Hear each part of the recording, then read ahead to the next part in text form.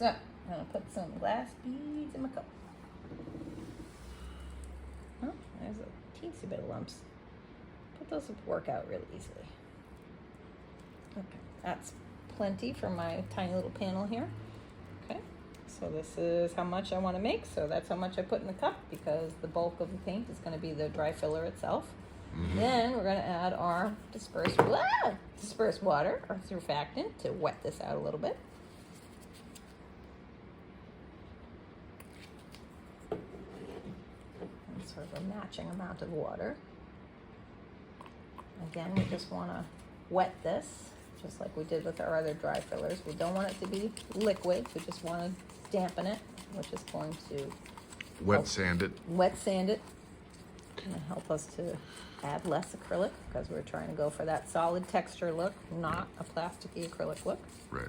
Well, then it'll plasticky. Not that our plasticky, not that our acrylic looks plasticky anyway, because it's got that super high resin, high gloss. Right. Okay. So that looks good. That's just damp, you know, it's not liquid. Okay. And we're gonna add our acrylic 65, high resin acrylic, holds anything. Okay. Super duper strong, about 20%. Really good adhesive. Really good adhesive. Great paint base. Sure. Sure.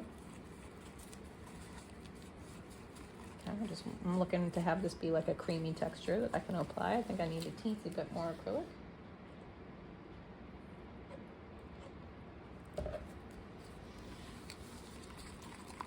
There, perfect. Okay.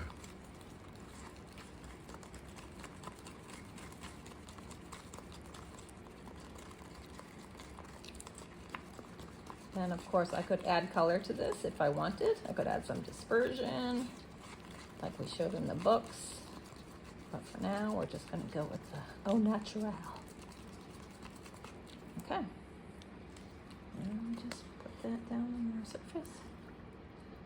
And how I apply it is going to determine how smooth that looks. Oops.